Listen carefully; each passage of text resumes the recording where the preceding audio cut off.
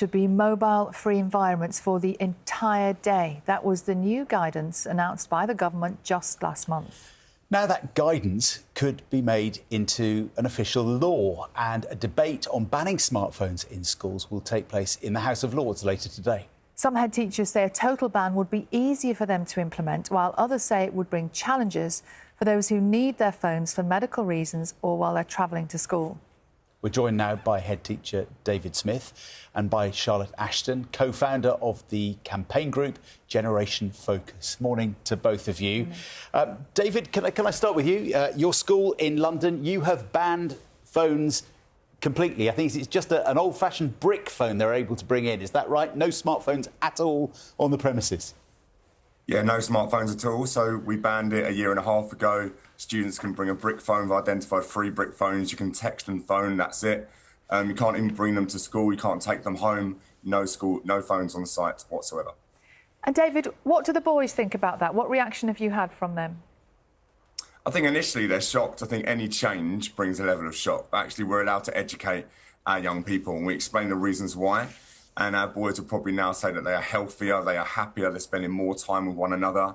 And as a school, we're seeing a huge reduction in safeguarding issues, in issues around child sexual exploitation.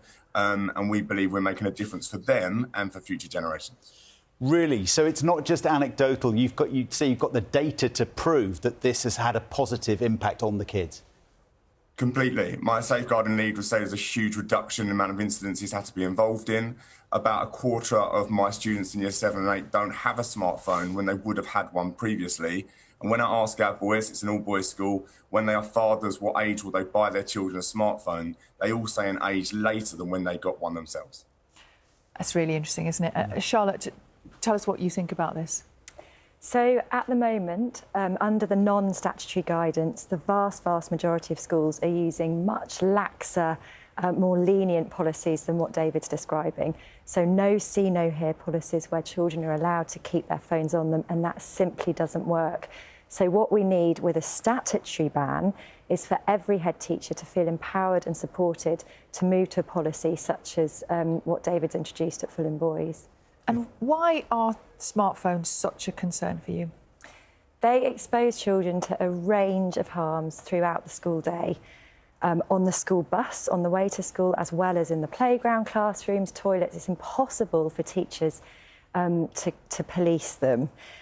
Explicit content, you know, harmful stuff that you and I as adults haven't seen, because all it takes is that. All it takes is for a child to shove a screen in your face and you've seen something you cannot unsee.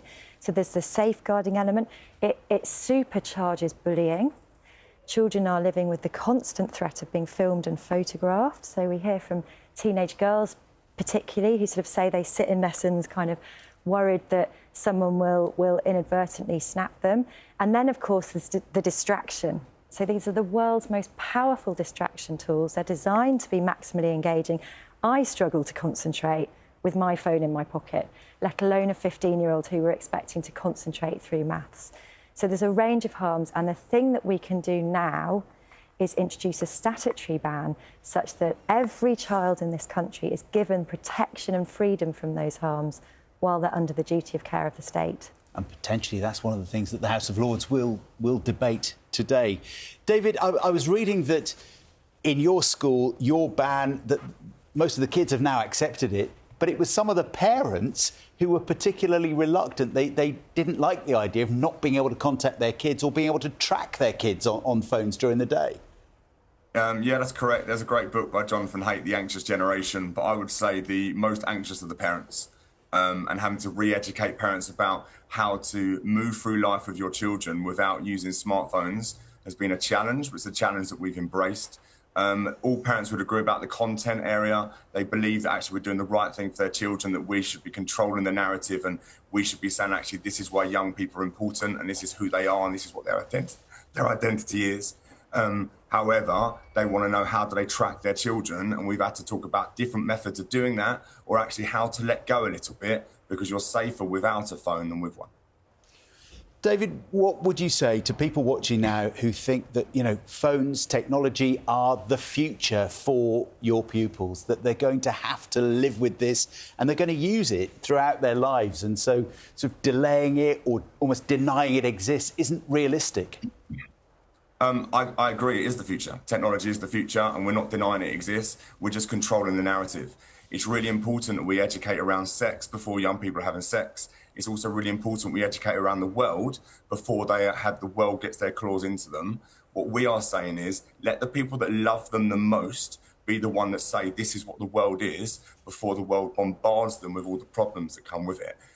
We want to embrace technology. We want to just slow it down and let children be children. And we care about them passionately, and we want to control that narrative. Charlotte, it's really interesting, isn't it? It's maybe the parents who are going to need more conversations about this too. It's not just the children. Yeah, absolutely. And it's a very delicate conversation to have to lead with parents. But look, let's be clear, the vast majority of parents want this. And what we see at schools like Fulham Boys, where they go to a brick phone-only policy, is that the incoming cohort of Year 7s, a much greater proportion of them just don't have a smartphone at all, because when school says no, parents are empowered to say no. I've got a Year 7 girl. It would be such a relief if school just said smartphones are not appropriate devices, don't give them to your children. It would be a circuit breaker on this kind of social norm that we've sleepwalked into in the last decade.